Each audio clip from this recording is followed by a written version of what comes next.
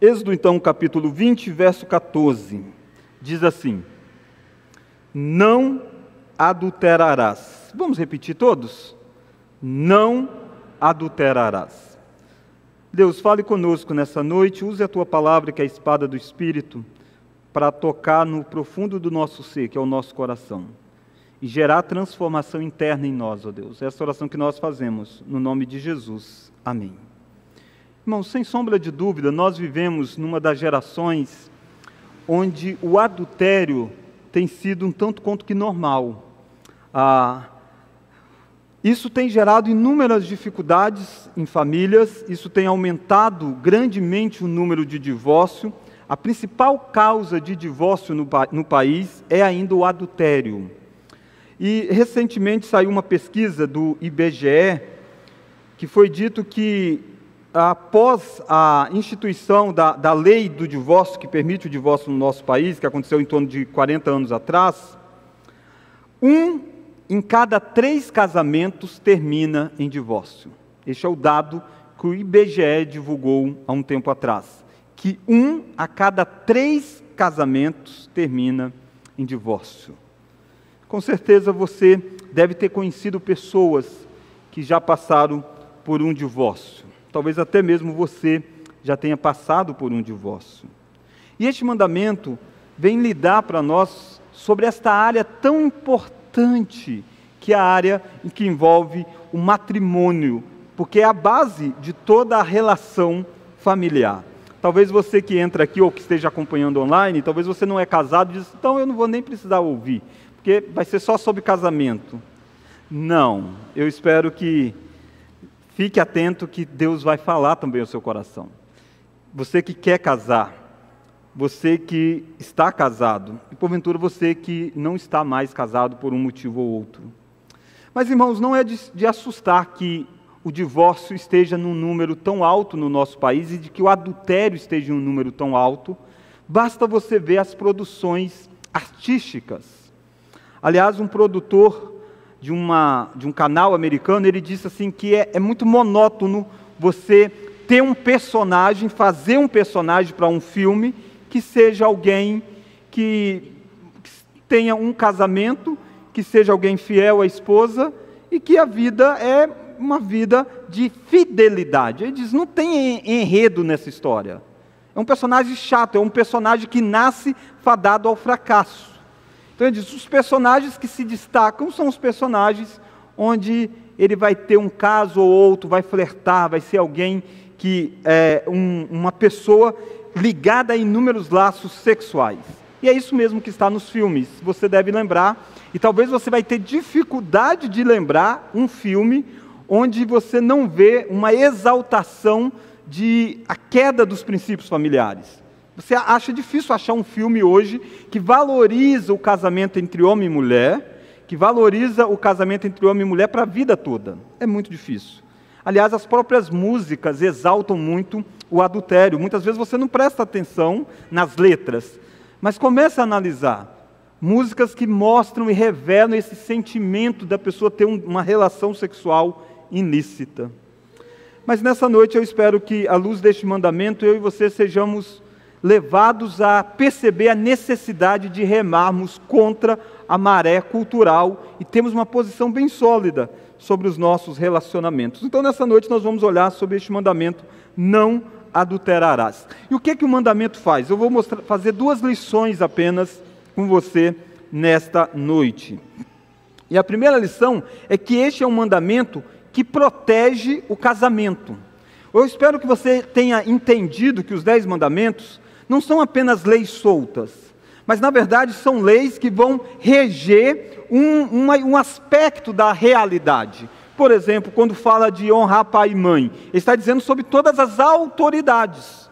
Então ele vai dizer como que a gente se relaciona num contexto onde existe autoridade sobre as nossas vidas. E aí ele começa mostrando o primeiro e assim avança. Quando ele diz sobre o não matarás, por exemplo, então ele está legislando sobre tudo que tem a ver com vida. E agora, quando ele diz não adulterarás, ele está lidando com tudo que tem a ver com essa união entre homem e mulher. Tudo que tem a ver com a área sexual está envolvida neste mandamento. Depois que Deus deu os 10 mandamentos, Ele deu a aplicação destes mandamentos, logo em seguida aqui no livro de Êxodo, que era aplicado na nação de Israel.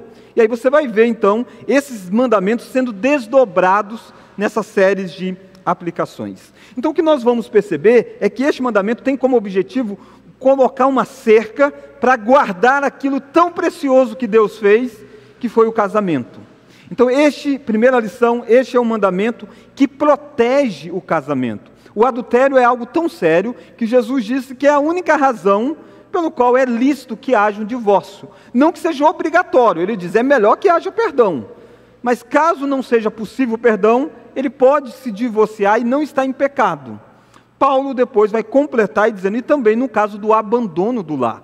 Quando a outra parte abandona, você está livre então para poder recomeçar a sua vida. Percebe então como é que o adultério é algo grave, sério, que vem como um fator que pode desestabilizar esta união. Então Deus está chamando Israel, tirando Israel do Egito, uma região onde a sexualidade era um tanto quanto que distorcido, sendo levado Israel para uma nova terra, terra de Canaã, onde em volta de Canaã os pagãos tinham uma sexualidade distorcida, e Deus está dizendo, ei, vocês precisam colocar uma cerca para preservar essa principal relação que existe, que é a relação entre o marido e a mulher. Então ele diz, vocês não podem adulterar. Então este é um mandamento que protege o casamento. E o que é então o casamento? O casamento é uma união complementar. Se você olhar para o texto de Gênesis, que é onde começa o casamento não começa no mundo de queda. O casamento começa no mundo ainda criado por Deus. Deus mesmo faz com que Adão e Eva possam desfrutar de uma relação conjugal antes do próprio pecado entrar no mundo.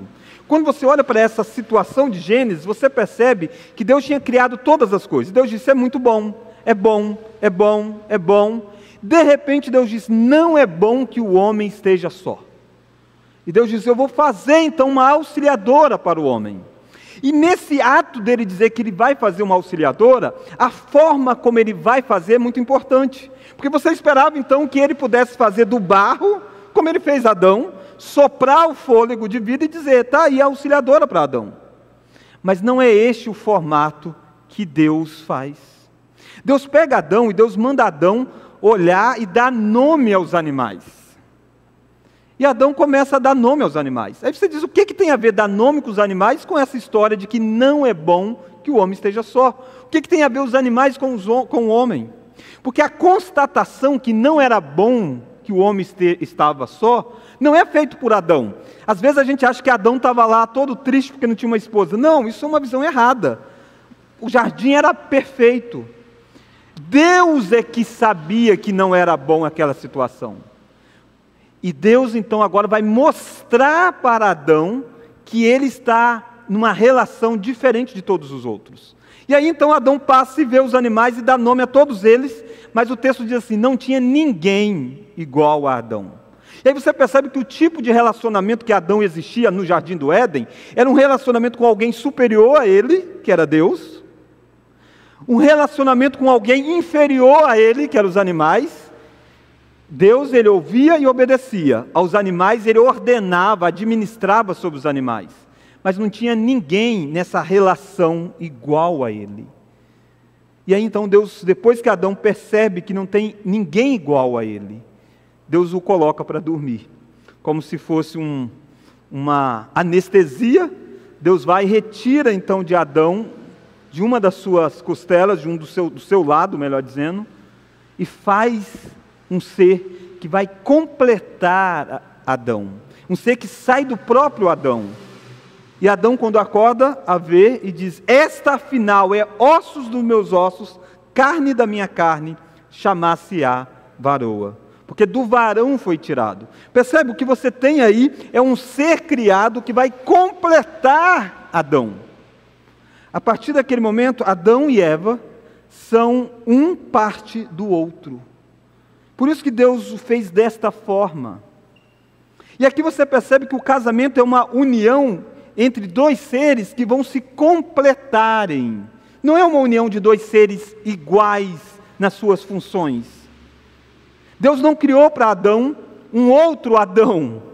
Deus não criou para Adão um amigo, Deus criou para Adão uma esposa.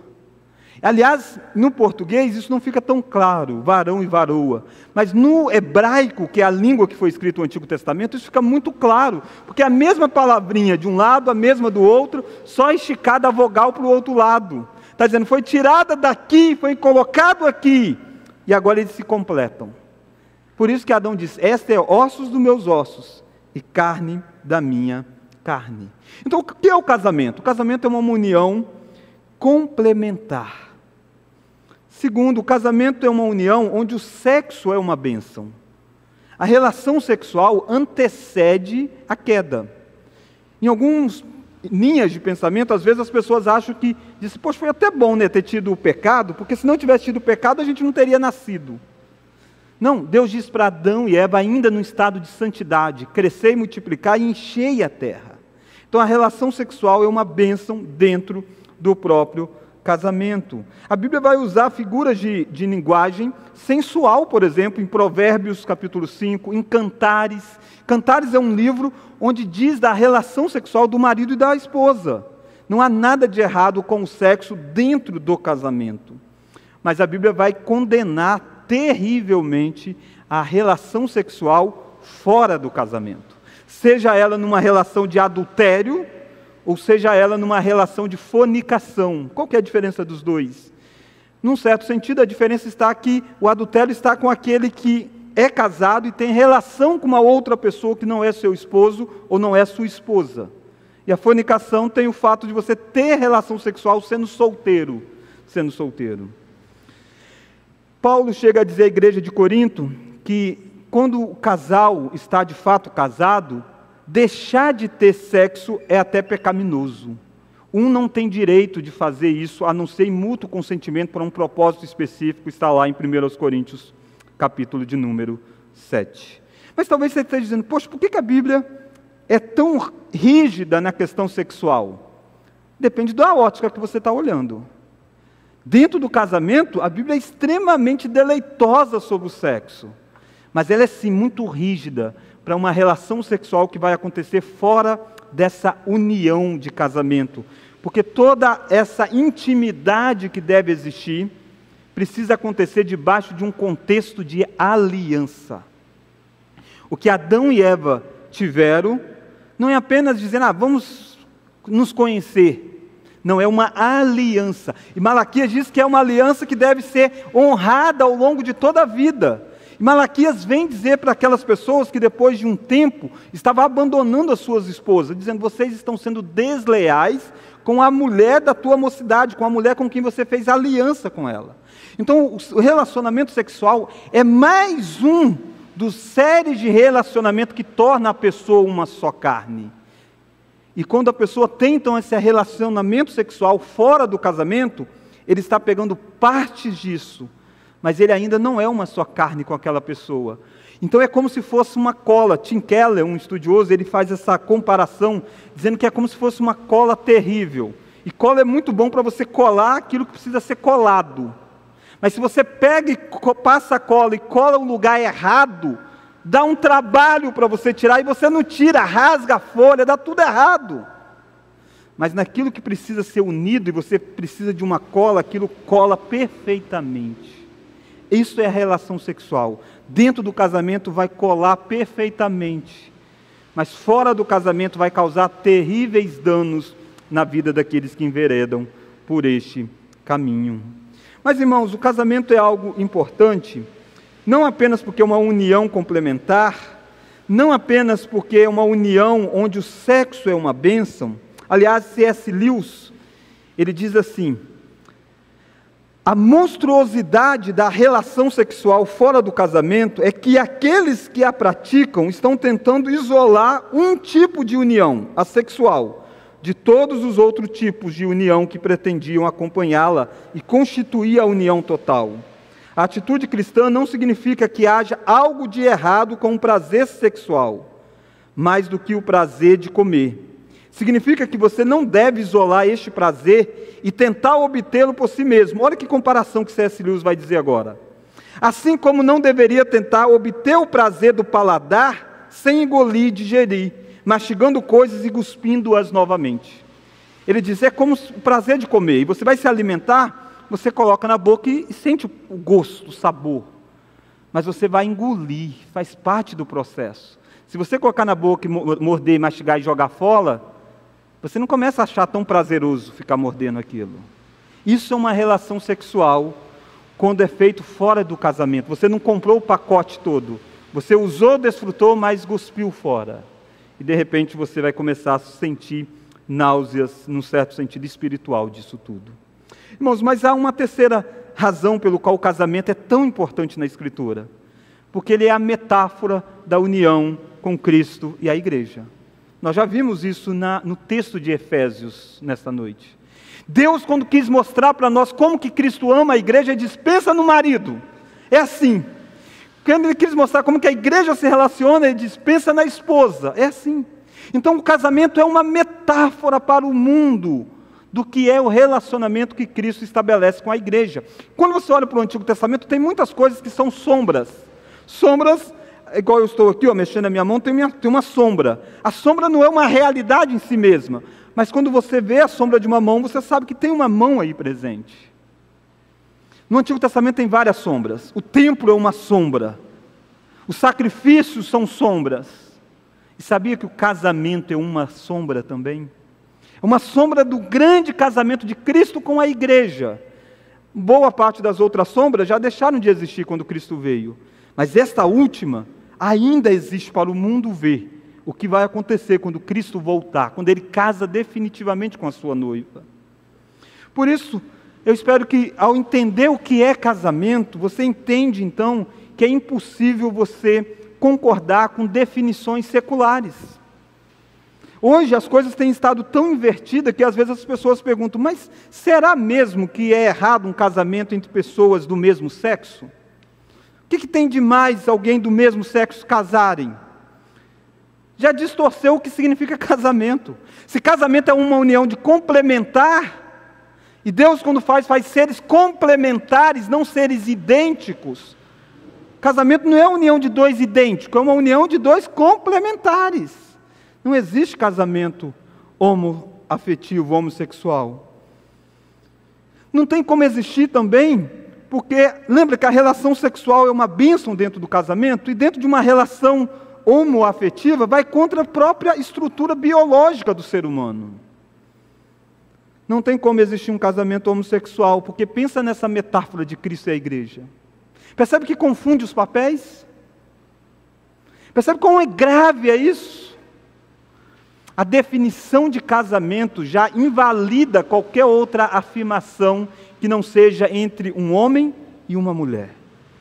Invalida qualquer poligamia que teve em muitas culturas. E alguns personagens bíblicos, inclusive, tiveram várias esposas. Era pecado. Porque se é uma união de complementar, como que você vai ter um terceiro na história?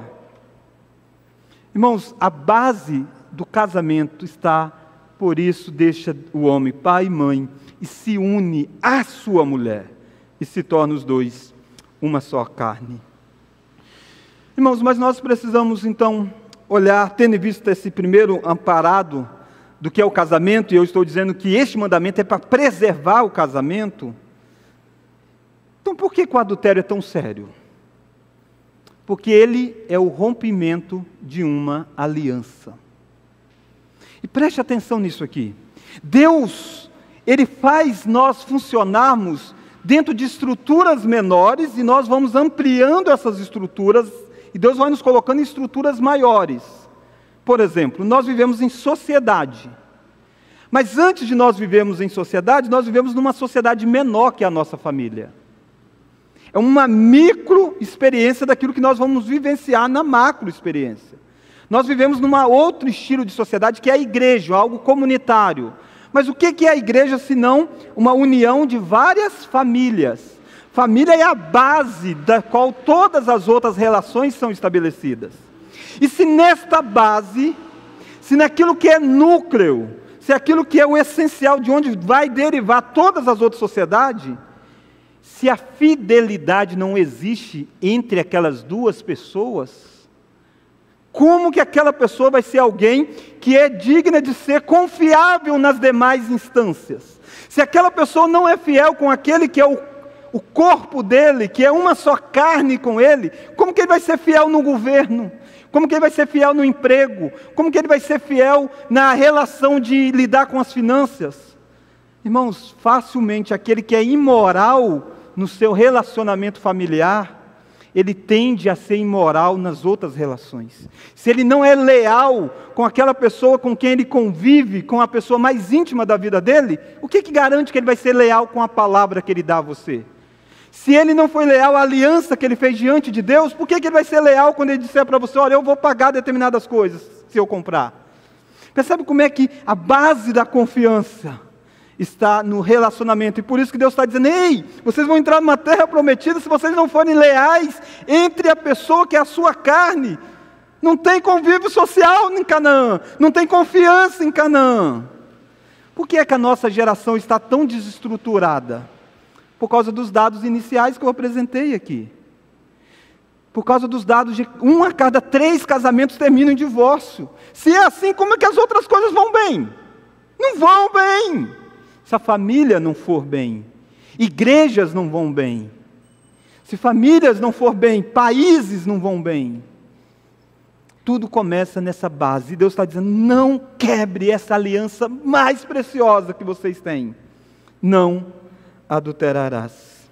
Irmãos, percebe que essas alianças entre nós e Deus e a aliança que nós estabelecemos com o nosso cônjuge, elas estão tão relacionadas, que quando Adão e Eva pecam diante de Deus, de comerem do fruto proibido, eles pecaram diante de Deus. Mas qual foi a primeira área afetada? O relacionamento entre eles. O texto diz que depois que eles comeram, eles perceberam que estavam nus e sentiram vergonha. Eles estavam o tempo todo entre eles, só tinha os dois. E agora eles estão com vergonha um do outro. Sabe por quê? Porque uma aliança maior tinha sido quebrada. Então eles estão dizendo, ei, se ela foi capaz de quebrar a aliança com Deus, como que eu posso me expor diante dela? E ela pensa a mesma coisa, como que eu posso estar diante dele, se ele quebrou a aliança maior com Deus dele? As alianças estão interrelacionadas. Irmãos, o adultério é algo tão grave, não apenas porque é um rompimento de uma aliança, porque é unir os membros de Cristo em um relacionamento ilícito. Sabe o que Paulo diz do seu corpo e do meu corpo? Diz que nós estamos unidos a Cristo, de tal forma que o nosso corpo é também o corpo de Cristo. Cristo e nós fomos unidos num só propósito. E pensa você, quando você coloca então um membro seu em relação com uma outra pessoa que não seja o seu cônjuge, o que você está fazendo não é um membro seu, é um membro de Cristo envolvendo numa relação ilícita. E aqui você percebe que você que é solteiro, é a mesma coisa, quando você não guarda o seu corpo para a relação sexual dentro do casamento, não é o seu corpo, é o corpo de Cristo. É isso que a gente precisa entender. A gente acha que a gente vive fora de Cristo, autônomo. Não, a Bíblia diz que nós estamos em Cristo e Cristo é em nós. Percebe por que é um pecado grave? É um pecado grave, terceira razão, porque o pecado sexual desonra o Espírito Santo que habita em nós, que somos o templo do Espírito.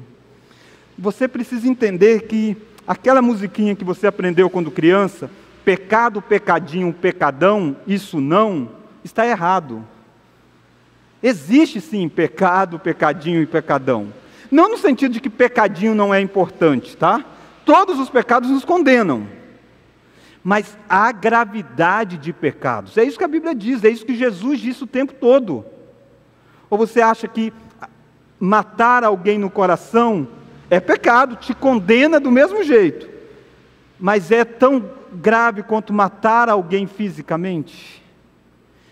Quando você comete o pecado físico com o próprio corpo, você está acumulando outros pecados, não é só um.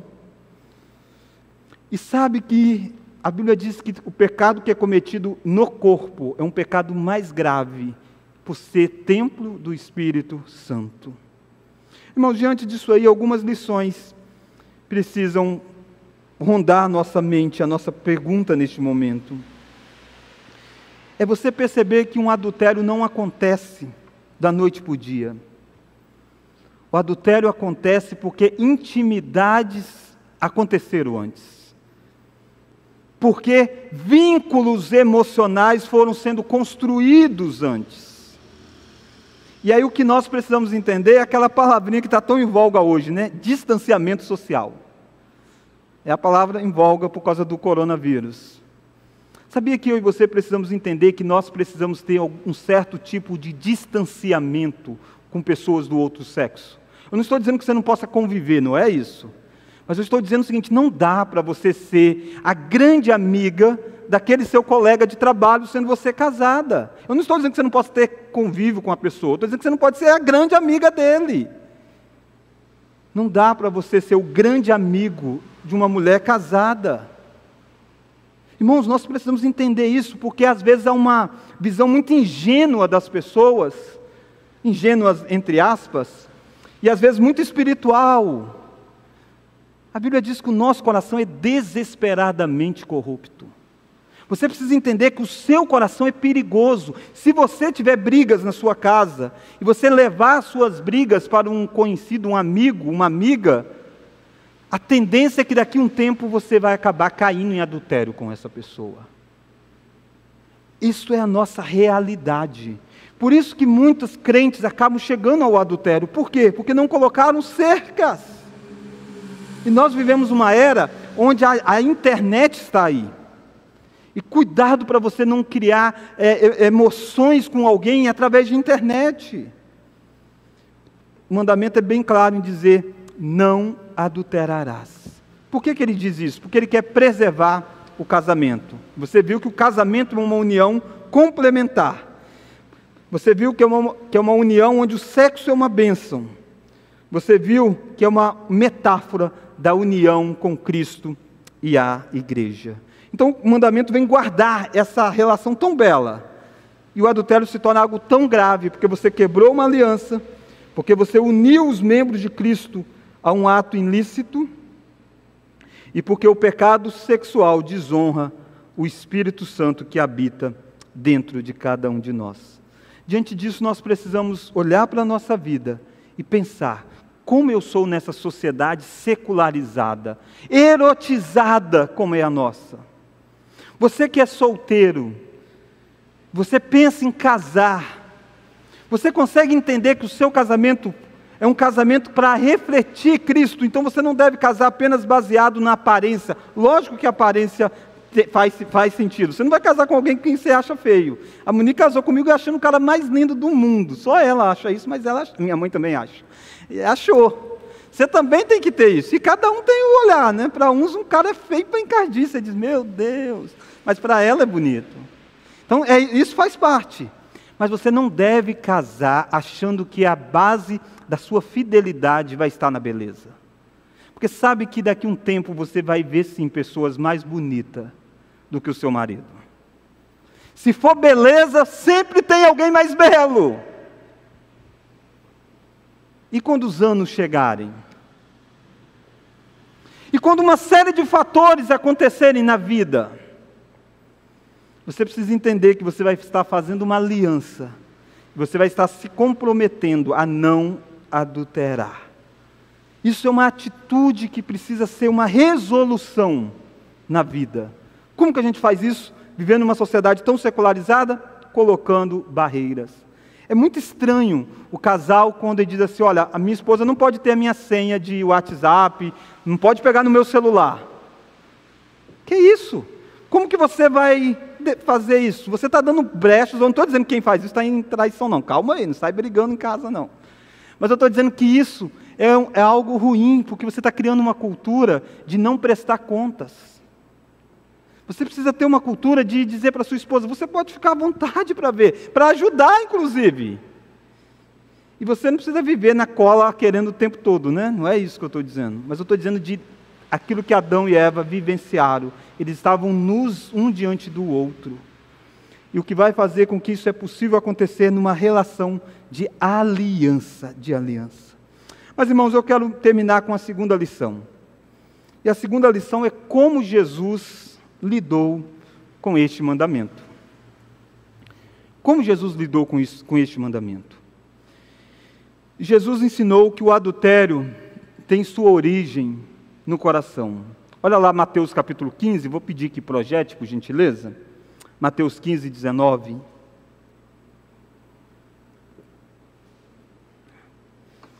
E aqui a gente sai do campo apenas de casal e a gente entra para todos nós, solteiros.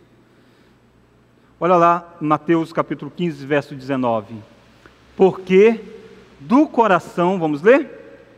Procedem maus desígnios, homicídios, adultérios, prostituição, furtos, falsos testemunhos, blasfêmia. Para mim aqui o que vai interessar é a palavra adultério, por causa do nosso tema. Percebe? O adultério não procede da internet, o adultério não procede do relacionamento familiar, do mau casamento, não, o adultério procede do coração. E essas coisas, internet, amizade, são portas onde vai vazar isso.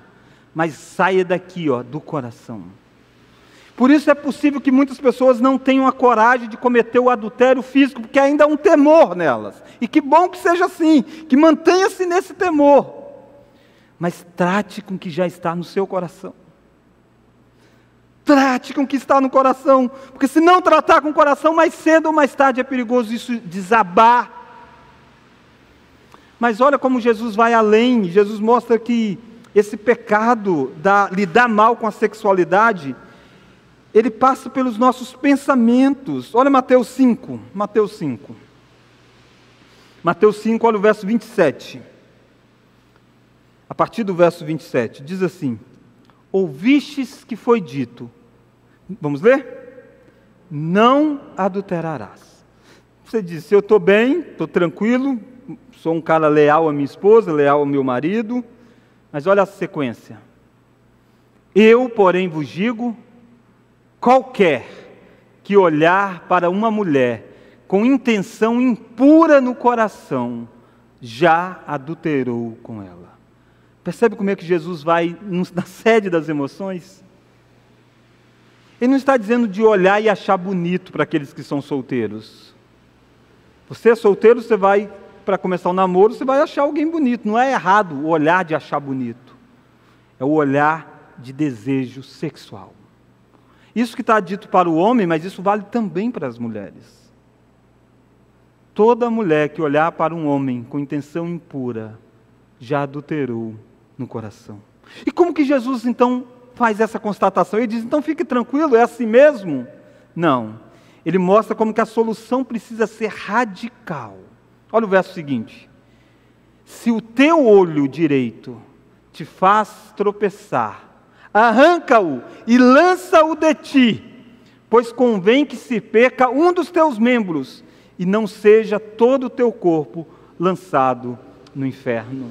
Percebe? O olho é de aquilo que você olha, vê, contempla, de onde as coisas entram. Aliás, Jesus disse, se o teu olho for mau, todo o teu corpo estará em trevas. Então Jesus disse, se o teu olho direito te faz tropeçar, é melhor você arrancar. Ele não está dizendo literal do olho físico, mas ele está dizendo daquilo que tem sido a porta para a tentação ficar rondando a sua mente, o seu coração. Mas olha mais, olha como que esse tratamento é radical. Se a tua mão direita te faz tropeçar. E Jesus chama atenção para esses fatos de direito, porque boa parte das pessoas são destras. E tirar a mão direita é tirar inclusive a capacidade de trabalho. Mas ele está dizendo, ei, se é isso que te faz pecar, corta e lança-a de ti, pois te convém que se perca um dos teus membros e não vá todo o teu corpo para o inferno. Verso seguinte. Também foi dito, aquele que repudiar sua mulher, dê-lhe carta de divórcio. Verso seguinte. Eu, porém, vos digo, qualquer que repudiar sua mulher, exceto em caso de relações sexuais ilícitas, em caso de adultério, exceto neste caso, a expõe a tornar-se adúltera, e aquele que casa com a repudiada, comete adultério. Percebe que Jesus rompe os laços de qualquer costume social. No nosso país, o adultério não é mais crime há 40 anos atrás. E não estou dizendo que precisa ser. Aí é uma questão de país e tudo mais. Mas eu quero dizer para você que o adultério continua aos olhos de Deus tão terrível como sempre foi.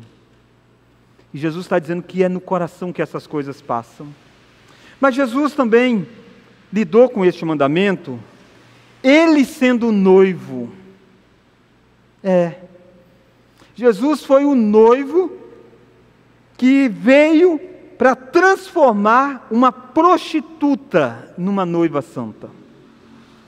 É uma descrição forte. Jesus veio para desposar uma prostituta, tornando-a uma noiva santa. É isso que a Bíblia diz para nós. A Bíblia diz para nós que Deus fez aliança com o seu povo, mas esse povo vira as costas para Deus. Esse povo chama Baal de meu amor. É uma palavra de adultério. Baal são ídolos, todos os falsos deuses, toda a idolatria que eu e você temos, todos os nossos pecados. E quantas vezes nós somos aquele povo que virou as costas para Deus? Mas Deus veio para transformar essa noiva prostituta em uma bela noiva. Aliás, Adão e Eva, quando tiveram o pecado atingindo a sua relação, o que é que Deus fez quando Ele chega para Adão e Eva? Ele faz vestes para Adão e Eva. E eles podem se relacionar pelas vestes feitas pelo próprio Deus. E eles vão ter filhos, eles tiveram relação sexual. Aquilo que para eles ficaram tão envergonhados, Deus fez com que eles pudessem se unir de novo. Porque Deus disse, através dessa união, eu vou trazer o descendente que vai vir ao mundo. Já parou para pensar que o seu Salvador, este noivo, ele não apareceu na história jogado do céu e caiu na terra. Ele veio através de uma família. Ele veio através de um casamento. Naturalmente, não de uma união sexual entre José e Maria, mas ele esteve debaixo de um relacionamento familiar. E Jesus se importou tanto com essa ideia de noivo, que ele resolve fazer o primeiro milagre dele em um casamento. Sabe qual foi o milagre que ele faz no casamento? Transformar água em vinho. Mas de quem era a responsabilidade de bancar a festa no primeiro século? Não era como hoje, que é no pai da noiva, né?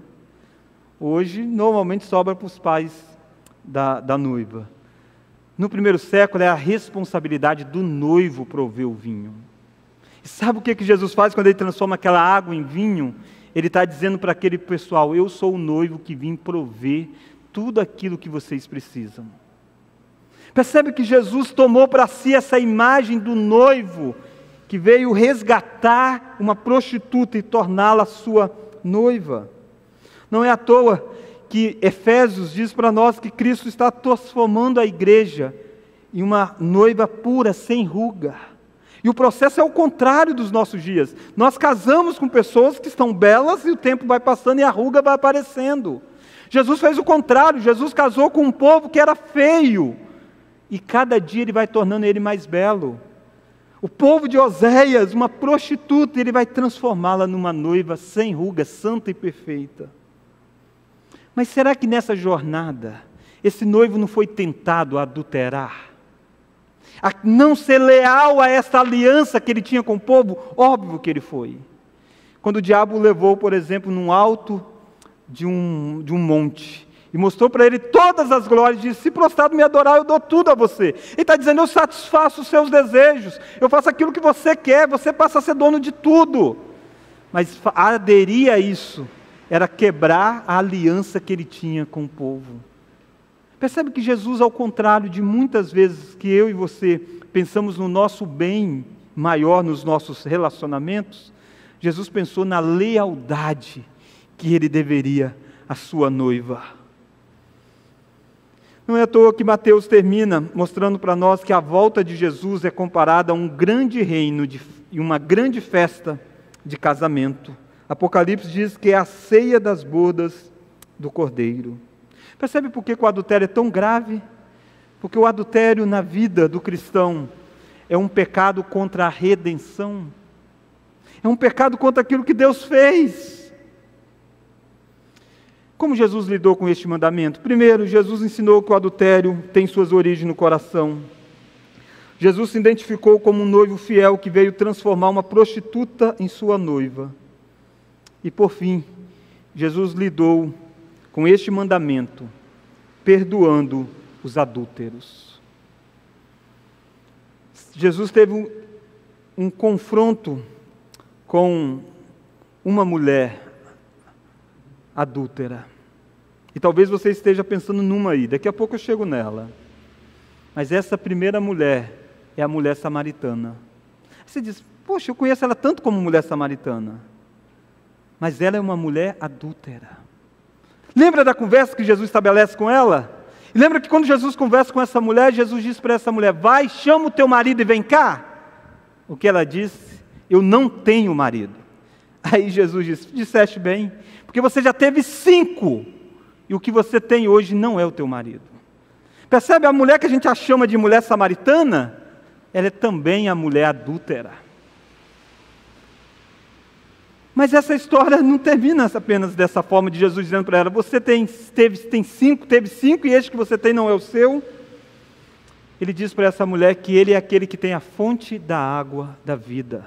Sabe por quê, irmãos? Porque o adultério, como é uma questão do coração, muitas vezes as pessoas vão em busca de um adultério porque elas vão em busca de uma felicidade que elas não encontram no casamento, porque não é o casamento que vai dar essa felicidade. É ilusão você que é solteiro achar que é o casamento que vai dar felicidade. Por isso que você que porventura não casou, você não precisa de um casamento para ser feliz. Quem coloca essa ideia de que precisa do casamento para ser feliz, quando o casamento não sacia isso, ele vai buscar em outro lugar. É isso que aquela mulher fez, passou nas mãos de 5 homens, e agora estava no 6º, e ela não era feliz. Aí Jesus disse para ela, eu tenho fonte de água viva para você, beba de mim e você jamais terá sede. Pare de tentar buscar em relacionamentos, busque de mim. Quantas pessoas não estão vivendo em adultério, porque não estão saciados em Cristo? Quantos solteiros não estão em relação adúltera, porque não estão saciados em Cristo? E Jesus está lidando com uma mulher adúltera, dizendo para ela, eu sou a fonte de água da vida. Mas Jesus vai lidar também com uma outra mulher adúltera. Essa é mais famosa. Uma mulher que foi pega em adultério. E levaram para Jesus. E disseram para Jesus, deveria apedrejar, eles estão prontos para jogar pedra nela. E eles não estão errados pela lei de Moisés. O adultério é tão grave que merecia a pena de morte mesmo. Mas Jesus então desafia aquele povo dizendo, atira a primeira pedra, quem não tem pecado. Jesus abaixa, e quando Jesus levanta não tem ninguém mais aí. E Jesus pergunta para aquela mulher, e aí? E Jesus disse, eu também não te condeno. Vais e não peques mais. Irmão, só tinha uma pessoa naquele auditório, naquele lugar, que podia jogar pedras naquela mulher. Era Jesus. E Jesus mostrou isso para aquelas pessoas ao redor, dizendo, atira a primeira pedra quem não tem pecado. E ele que tinha o direito de jogar a pedra, ele abdica de jogar a pedra, e diz para aquela mulher, vai e não peques mais. Ele a perdoa, mas ele a confronta. Ele diz, não peques mais. Mas sabe por que Jesus não jogou pedra sobre aquela mulher? Deus disse que deveria sim ser apedrejada aquela mulher. Deveria sim ser morta. Porque Jesus trocou de lugar com aquela mulher. Sem você perceber, é isso que estava acontecendo. Quando Jesus, em vez de ele que era o santo, jogar a pedra, anos depois, ou tempos depois, melhor dizendo, ele sobe na cruz do Calvário. E naquele ato de morte de Cristo na cruz do Calvário, ele está pagando pelo adultério daquela mulher também. É por isso que ele não jogou pedra nela, porque ele foi aquele que recebeu mais do que pedras em lugar daquela mulher. Mais do que jogar pedra, ele se colocou na frente dela e recebeu toda a ira de Deus sobre ele. Mas não só sobre aquela mulher. Ele fez isso para todo aquele que porventura cometeu um adultério, pudesse se arrepender e ser perdoado. por aqueles que cometeram um adultério na mente. E é muito difícil que você, ao longo da sua jornada, nunca passou um desejo impuro na sua mente e no seu coração. Ele esteve lá na cruz, porque você também era um adúltero. Sabe por quê? Porque Ele casa conosco. Paulo, quando escreve aos Coríntios, Paulo diz que muitos de vós fostes isso, fostes homossexuais, fostes tantas coisas, adúlteros, mas vós vos convertestes a Cristo. De tal forma, irmãos, que este não é um pecado imperdoável. É um pecado grave, mas não é um pecado imperdoável, por causa do Cristo Jesus que morreu na cruz do Calvário. Talvez você que me ouve, tanto pela internet quanto aqui presente, talvez você errou no passado. Saiba que se você realmente pedir perdão a Deus, você pode ter uma novidade de vida, como a mulher samaritana teve, como a mulher adúltera teve. Porque as pedras que deveriam cair sobre você, caiu sobre Jesus. Mas, irmãos, não brinque com a área da sexualidade. É uma dádiva, um presente. Mas Satanás é um especialista em usar dos presentes para fazer com que grandes servos de Deus caíssem. Você sabe da história de Davi, homem segundo o coração de Deus. Caiu nessa área sexual. Você que é mulher, você sabe o poder que você tem de sensualidade. Não use do seu poder de sensualidade na hora de se vestir. Muitas vezes vocês são portas abertas para que Mateus capítulo 5, que pega o coração dos homens, mas porque você se veste provocante, ciente disso. Este mandamento está dizendo para você, você está pecando quando você faz isso. Você é homem de igual forma. Irmãos, nós vivemos uma época onde as redes sociais e as pessoas não têm mais pudor. Se Adão e Eva tinham vergonha de ficarem nus, hoje os crentes não têm mais vergonha de nada. E talvez você diz, isso é maldade nos olhos de quem vê. Leia o que a Bíblia diz de nudez. O tempo todo a nudez é tampada nas Escrituras depois do pecado. Você precisa cuidar da sua vida e cuidar do próximo. Você que é casado, você precisa entender que a relação sexual é uma arma que Deus deu para vencer as tentações de Satanás. Talvez o que você precisa aplicar do sermão é conversar com a sua esposa e amar mais a sua esposa, amar mais o seu marido. Você que é solteiro, não queira ter este presente antes das responsabilidades. Ele não vai saciar você até o dia em que você estiver numa união com uma pessoa. Vamos orar?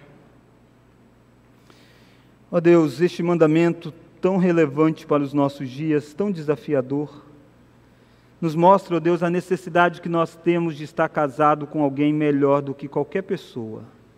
E esta pessoa melhor que nós estamos casados é Cristo, o nosso Senhor. Nos ensina, ó Deus, a bebermos de Cristo para todas as necessidades da nossa alma. Obrigado, ó Deus, porque nessa jornada, neste mundo, muitos de nós o Senhor permitiu casar. Por isso, ó Deus, abençoe aqueles que estão num relacionamento de casamento. Dê a eles, ó Deus, fidelidade. Mas Deus abençoe também aqueles que não estão casados. Aqueles solteiros que ainda pensam em casamento, que o Senhor os guie no caminho certo de ter alguém que de fato vai completá-los. Deus, para aqueles que o Senhor não chamou ao casamento, que eles possam entender que não há nada errado nisso. Como Paulo disse, esses também são felizes em Cristo. Eles não precisam de um casamento para ser feliz. Eles precisam do Senhor, Deus. Deus, nós oramos por vidas de pessoas que têm quebrado este mandamento, seja no pensamento, seja no coração e seja até mesmo em atos. Traga quebrantamento, ó Deus. Deus, obrigado, porque Cristo Jesus é o nosso noivo perfeito. Obrigado, porque Cristo Jesus nos ensina a tratar com a nossa sexualidade. Deus, obrigado, porque nós não somos animais, nós somos seres criados à imagem e semelhança do Senhor. Nós não precisamos ser governados pelos nossos instintos. Nós não precisamos ser governados pelos nossos hormônios. Nós podemos sim ser governados pelo Teu Santo Espírito que habita em nós. Por isso, ó Deus, abençoe o nosso país, abençoe a igreja evangélica, que lida tantos com estes problemas. Oramos em nome de Jesus. Amém.